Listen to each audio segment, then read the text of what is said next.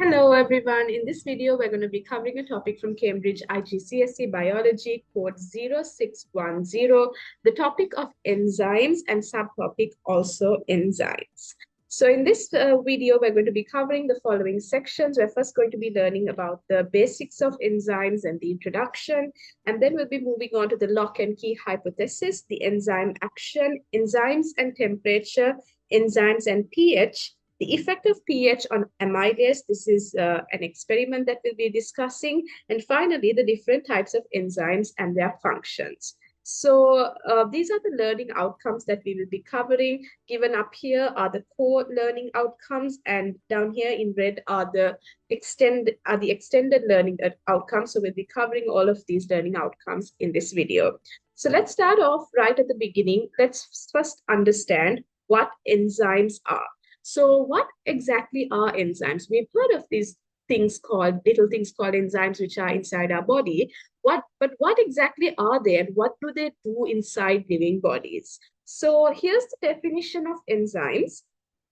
Enzymes are proteins that function as a biological catalyst. Now, when you read through this definition, you might be wondering what a catalyst is. So what exactly is a catalyst?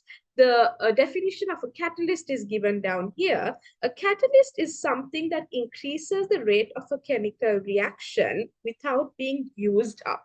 So let me explain this for you to understand. And there are two simple diagrams given on this side, which will help us understand what enzymes are. So basically, these little things called enzymes, which are inside our body, are catalysts. Now, what are catalysts? Catalysts are substances. So for example, in this diagram, this is an enzyme, and this enzyme is acting as a catalyst. So let's see what exactly a catalyst is. A catalyst is a substance that speeds up a chemical reaction.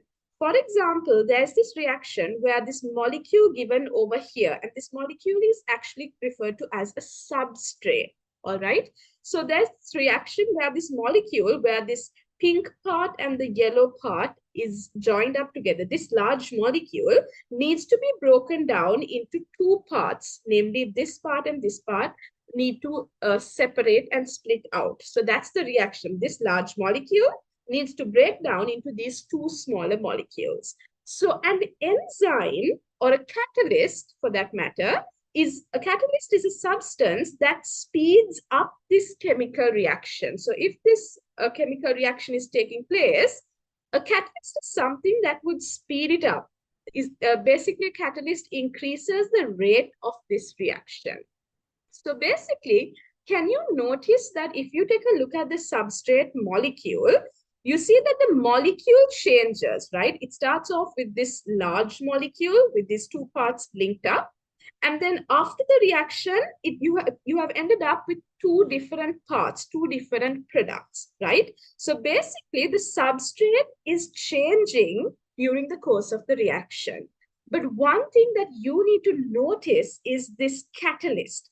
This catalyst, before the enzyme, take a good look at the shape of this catalyst and the structure of this catalyst. So you can notice that before the reaction and after the reaction, you can notice that the catalyst remains unchanged. The structure and the shape of the catalyst is the same before and after the reaction, which means that catalysts do not undergo any changes during the course of the reaction. So that's what we refer to as a catalyst. Let's try to understand this definition again. A catalyst is something that increases the rate of a chemical reaction. So this catalyst increases the speed of this reaction without being used up. So it does not get used up and it does not change in the process. All right. So now let's get back to our topic for today, which are enzymes. Enzymes are the catalysts inside our body. So inside our body, we have these little things called enzymes, and these enzymes are made up of protein molecules, all right? So these little enzymes, they function as biological catalysts, right? So that means that if you take the inside of our body, there are hundreds and hundreds of chemical reactions taking place, right? These are actually called metabolic reactions. So enzymes are proteins that function as a biological catalyst, and they speed up the chemical reactions taking place in our body. And the important thing is they remain chemically unchanged at the end of a reaction. So these are some important points you need to know about enzymes. Number one, that enzymes are made up of proteins. Number two, that they act as biological catalysts and they speed up the chemical reactions in our body. And number three, that these enzymes remain unchanged even after the reaction has been completed. All right. So those are three very important points that you all need to know about enzymes. So next up, let's take a look at the lock and key hypothesis, a hypothesis on how enzymes work. All right. Now, when you take a look at this topic, lock and key hypothesis, this kind of seems to have something to do with a lock and a key. So let's think about a lock and a key, as you can see in this diagram. Now, if you think of a lock and key, if there's a particular lock, all right, for this particular lock, there is only one specific key for this lock, right? So this lock and this key are specific to each other. If the key needs to bind with the lock, there is one specific key that would bind to this specific lock, right? So the lock and the key are very specific to each other, all right? Now, when we think about enzymes, our topic for today, enzymes work quite similarly to the lock and key concept, all right? Why do I say this? Because if you take this enzyme, now notice the shape of this enzyme. You can see that in this enzyme, where I'm pointing at, there's this specific part of the enzyme called the active site. And this active site of the enzyme has a very specific shape. Can you notice the shape of this active site? So this active site of the enzyme is made this way such that there is one substrate that can fix onto it.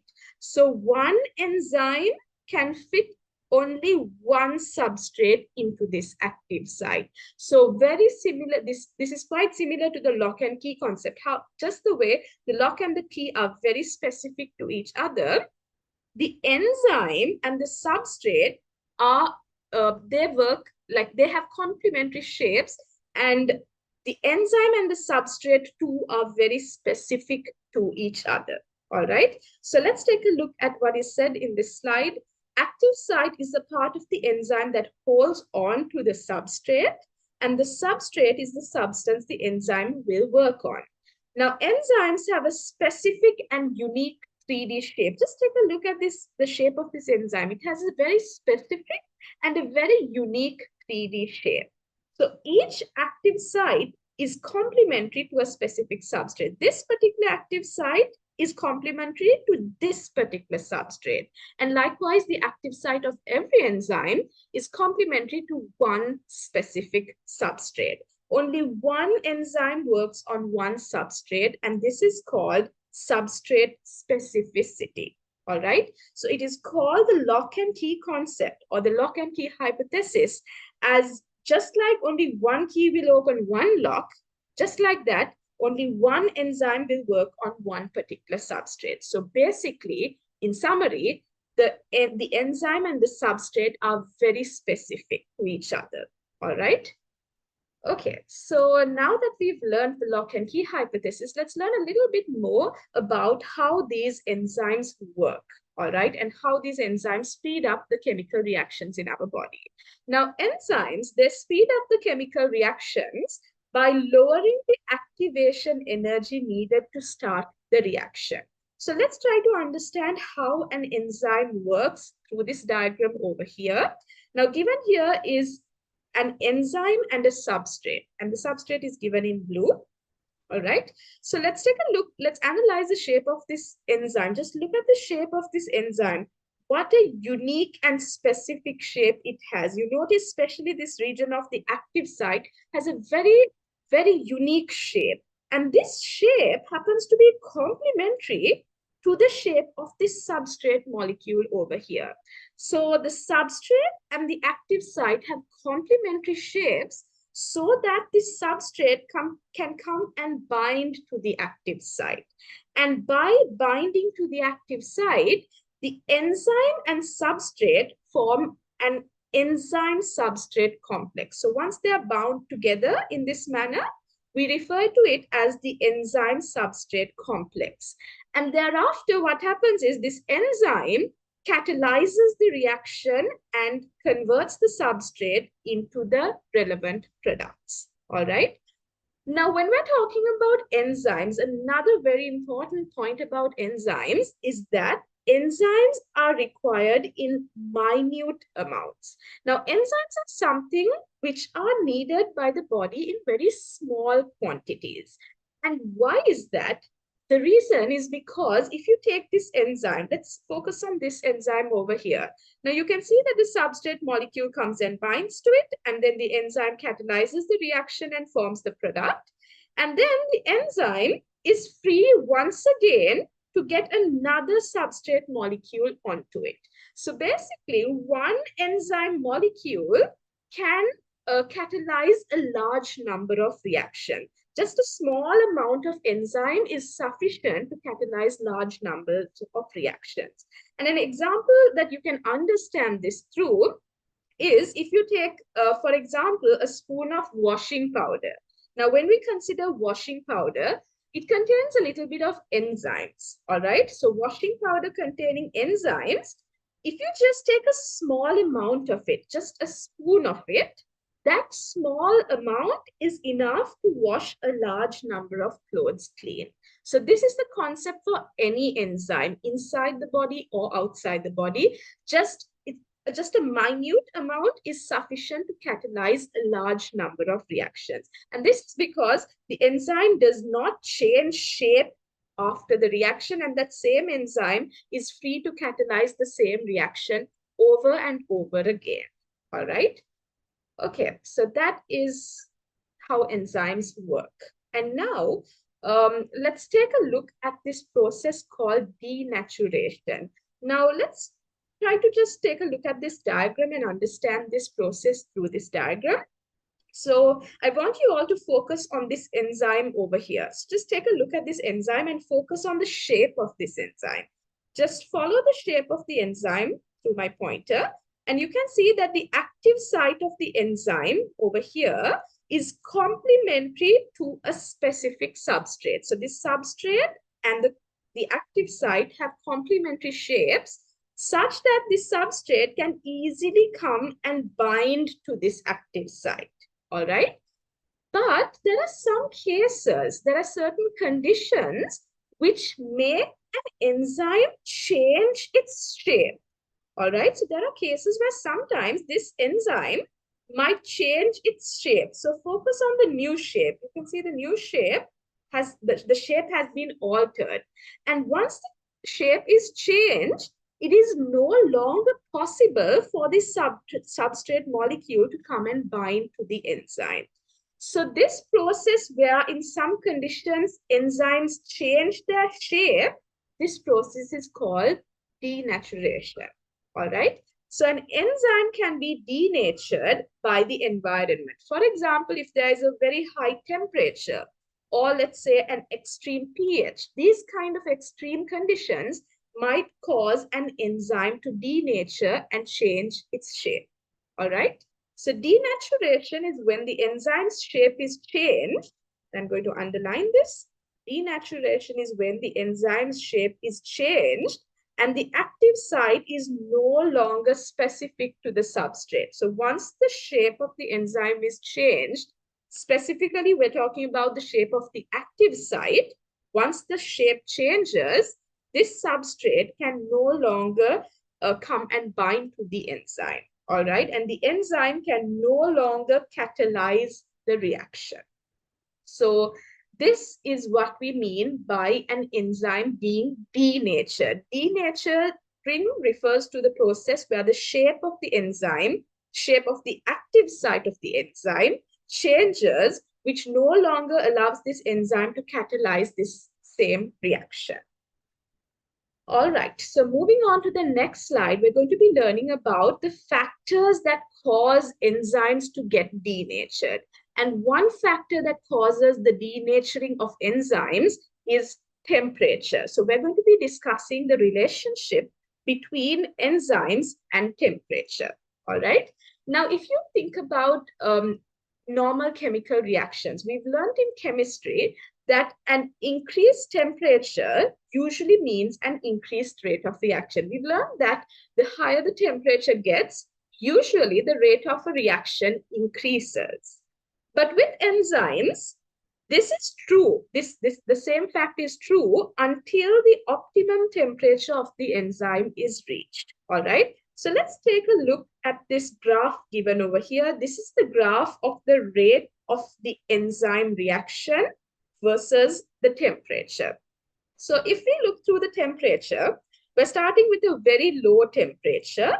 And we can see that when the temperature is increasing, when the temperature is getting higher and higher, we can see that the rate of the enzyme reaction gets higher and higher. So I'm just going to mark it on this graph.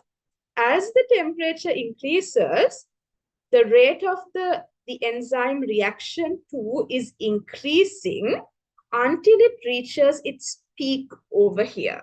All right. So this is the peak. This is the maximum rate of the enzyme reaction. This is where the enzyme is working at its maximum. All right. And the temperature at which it's working at its maximum, this temperature is referred to as the optimum temperature. All right. So the optimum temperature is the enzyme's favored temperature where its work rate is at its maximum. All right. So this temperature where it has reached its peak, its maximum, this particular temperature is referred to as the optimum temperature. And if you take different enzymes have different optimum temperatures. All right. Different enzymes, they work best at different temperatures. For example, if you consider the human enzymes that are usually at 37 Celsius, which is the body temperature, they work fastest at this particular temperature. All right. So this is just for human enzymes, but other enzymes would work better at other temperatures. All right. So optimum temperature differs from one enzyme to another. All right.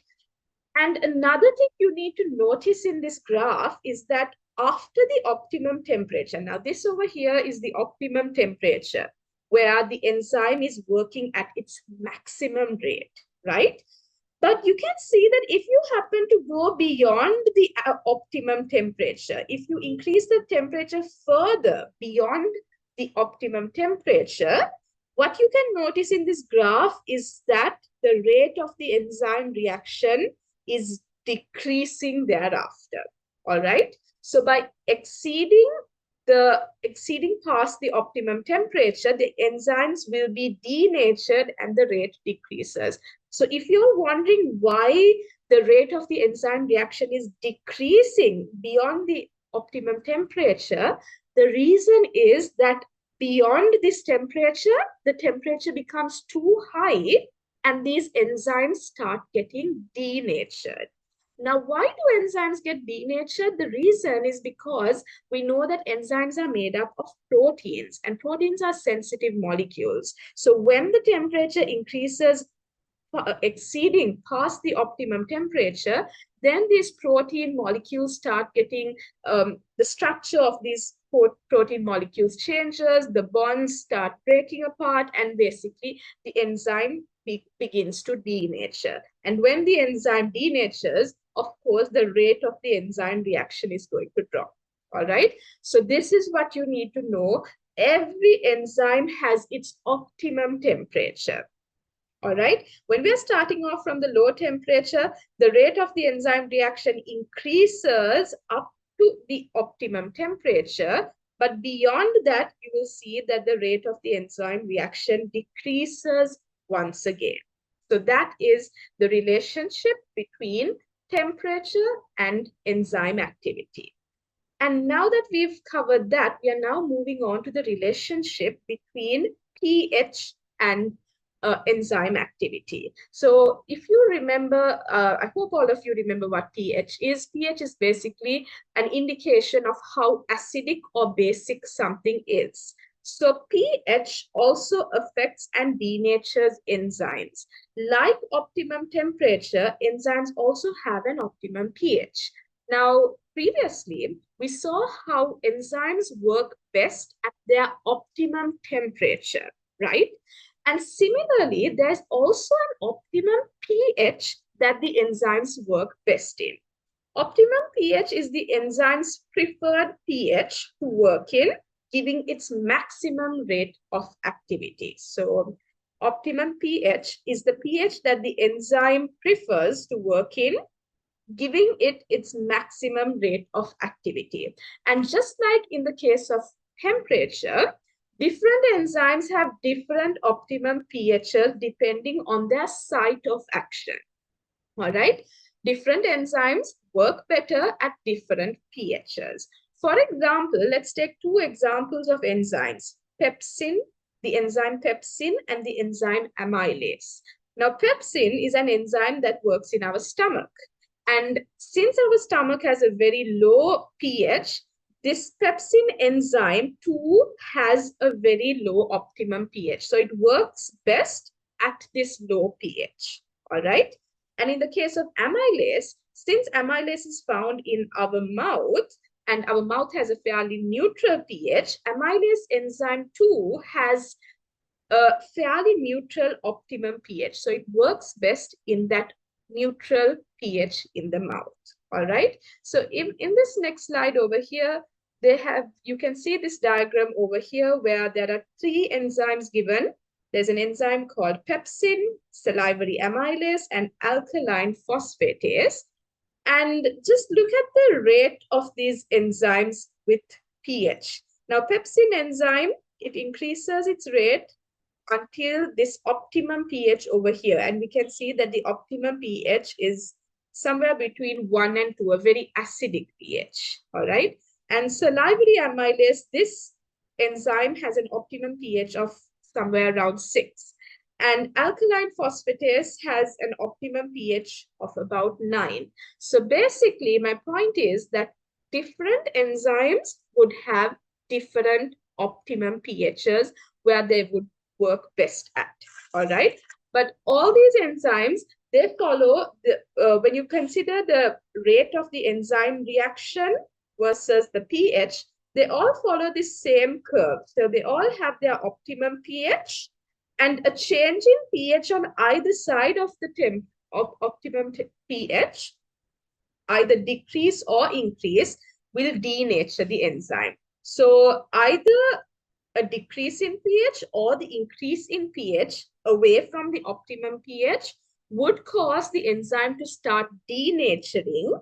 And of course, that would result in the decrease in the rate of enzyme reaction. All right. So the extreme pHs will destroy the bonds that hold the protein structure, and that causes the enzyme to get denatured. All right. Okay, so now that we've discussed the relationship between enzymes and temperature and enzymes and pH, we are now moving on to an experiment where we're going to investigate the effect of pH on the enzyme amylase. All right, so we're in this experiment, we're going to be investigating the breakdown of starch by amylase at different pH values. So basically, what we'll be doing in this experiment is, I'm just going to make a rough drawing over here. We're going to be taking different solutions. Okay. And let's take these three test tubes. They all have buffer solutions. They all have buffer solutions at different pHs. So every test tube has a different pH. And to these different test tubes, we are adding starch and amylase enzyme. All right, so we are adding starch and amylase enzyme to each and every test tube. Now, amylase is the enzyme here, And we're going to see how the activity of amylase changes in the different pH conditions. So we want to find out at what pH amylase works best at. Now we know the relation, we know what amylase enzyme does. Amylase enzyme breaks down starch. So the test tube in which all the starch gets broken down first is the pH where amylase is working best at. So let's take a look through the method of this experiment. The different pH values used in the investigation will be produced by using buffer solutions, and the amylase will break down the starch. So like I told you, this amylase enzyme, what it does is it starts breaking down the starch in each test tube. All right. So a series of test tubes containing a mixture of starch and amylase is set up at different pH values. And a sample is removed from the test tube every 10 seconds to test for the presence of starch, right? So basically, this is what we do. When we add the starch and amylase to these buffer solutions, the amylase is going to start breaking down the starch. So the amount of starch is going to get lesser and lesser because they are getting broken down by the amylase enzyme. So every 10 seconds, we're taking a sample from this solution and we are testing for the presence of starch. So we will notice that the amount of starch in this gradually gets lesser and lesser until at the end, there will be no starch at all. So how do we test for the presence of starch? We've discussed this in a previous unit. How we test for starch is by adding iodine solution. If add iodine solution and if starch is present, you will see the iodine solution turning blue-black color. But if all the starch happens to be broken down and if there is no longer any starch present, when you add iodine solution, the iodine solution will remain orange-brown. So that is how we are going to do this experiment. And you'll see in the next slide, there's a better diagram to understand this experiment, the details of this experiment. So another thing I need to mention before we move on to the next slide is that just like every other science experiment, in this experiment as well, while we are carrying out this experiment, we need to keep a control experiment. You need to have a control experiment set up. So what is this control experiment? This control experiment is going to have, so the control is going to have the buffer solution plus starch only.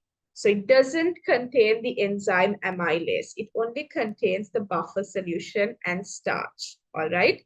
And the result of the control experiment must be negative. The color must remain blue-black for the result with the enzyme to be valid.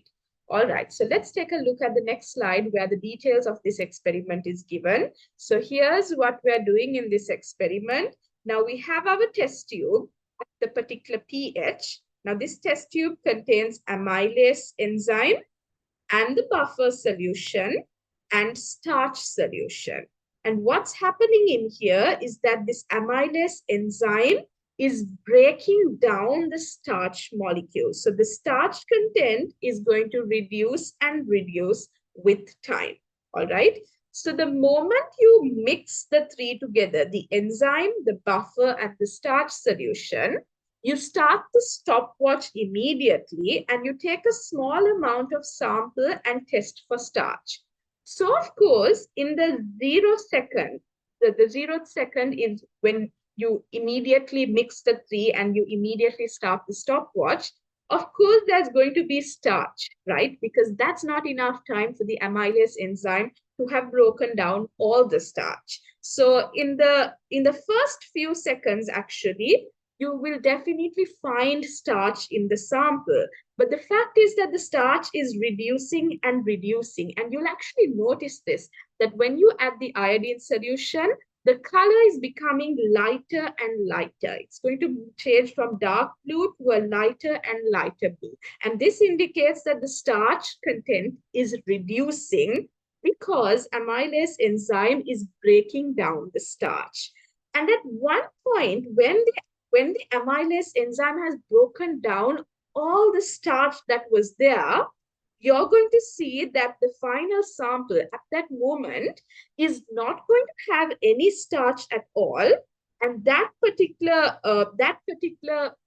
spotting tile would show the iodine as brown yellow. So there's going to be no color change with iodine if there is no starch. So you note down the time taken for the amylase enzyme to break down all the starch in this test tube. And just like this, you have other test tubes at different pHs, right? So you compare your values and you see at which pH the amylase has broken down all the starch the fastest. And that pH is the pH that amylase enzyme works best in. So that's simply what you do. You keep testing for starch from the test tubes every 10 seconds until you get a brown result, until the iodine solution remains brown. And that is the time where all the starch has been broken down by the enzyme. So I hope you all got a good understanding on this experiment. And before you do this experiment in your school laboratory, there are certain safety precautions that you need to follow. You need to wear your safety goggles. You need to know that amylase solution may cause allergic reactions, so be careful with that. And you also need to know that iodine solution is an irritant, so avoid contact with skin and eyes. All right. So that is the practical that we had to discuss. And that brings us to this final slide over here, where we are going to be discussing about the different types of enzymes and their functions.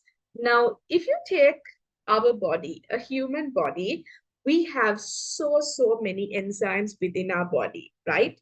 And these enzymes control a lot of vital processes in an organism, such as respiration, photosynthesis in plants, digestion, protein synthesis, and so on.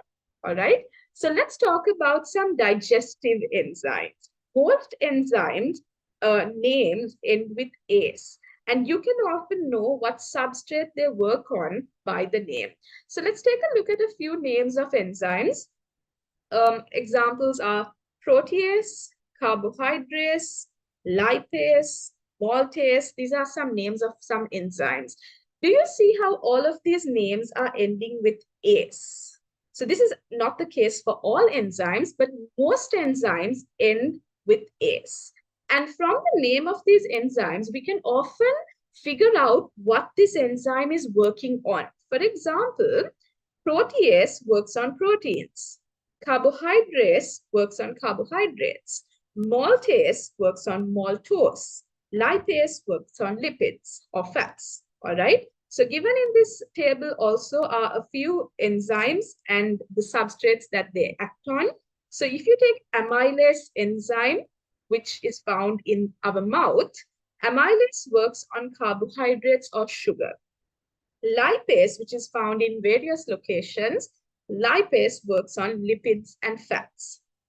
Then pepsin, which is found in the stomach, pepsin works on proteins.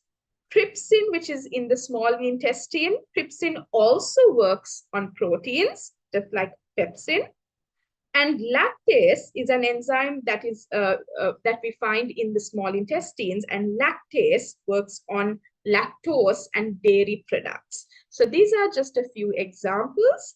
And with that, we have come to the end of the subtopic on enzymes. So before we wrap up, let's try out a few practice questions to see whether you've got a good understanding on this subtopic. So here's our first practice question. What is true for all enzymes? They are sugars. They are most effective at pH 7. So are enzymes sugars? Definitely not, because we know that enzymes are made up of proteins. So this column should definitely be wrong. And all enzymes are most effective at pH 7. This statement is again wrong because we've seen how different enzymes have different optimum pHs. They have different, like they work best at different pHs. So the answer that we'll have to choose is answer D. All right.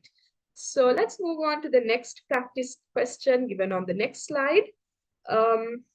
This question states that which effect does a gradual decrease in pH from 13 to 1 have on the action of amylase? So we've learned the graph of the enzymes. If you take rate versus pH, all right, we've seen that enzymes have a basic graph like this. So if you're starting from pH of 13, we'd see that what happens is that the rate first, from 15, it first speeds up to the optimum pH, and thereafter it slows down again. So the answer that we have to choose is answer D. It first speeds up and then slows down once again. Then finally, here's another question, another practice question. What happens to most enzymes above 60 degrees Celsius?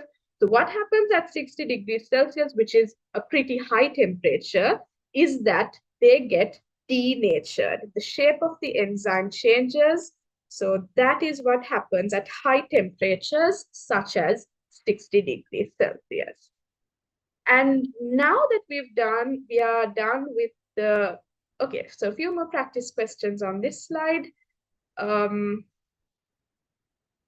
Yes. So next question, what are enzymes made up of? We know that enzymes are all made up of proteins. And fifth practice question, at which temperature do most enzymes from the human body become completely denatured? So completely denatured, most of them become completely denatured at very high temperatures, about 65 Celsius. All right, so now that we're done with these practice questions, let's now try out one question from the question bank. Okay, so here's an easy question. Some plants digest insects and use the nutrients for growth. What must these plants produce to digest the insects? So digestion of insects or digestion of anything requires a lot of metabolic reactions and a lot of digestive enzymes to come into play. So the answer here should be enzymes. Enzymes would be necessary to digest these different things. So that's all for this video. I hope you all got a good understanding on this subtopic. Thank you.